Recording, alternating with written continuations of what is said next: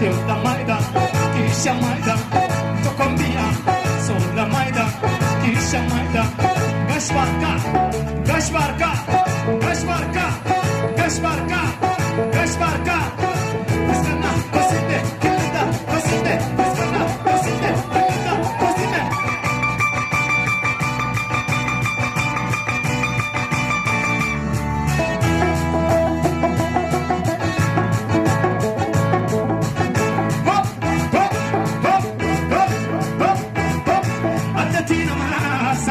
Sama, apa anggun niya, bata ka sobe,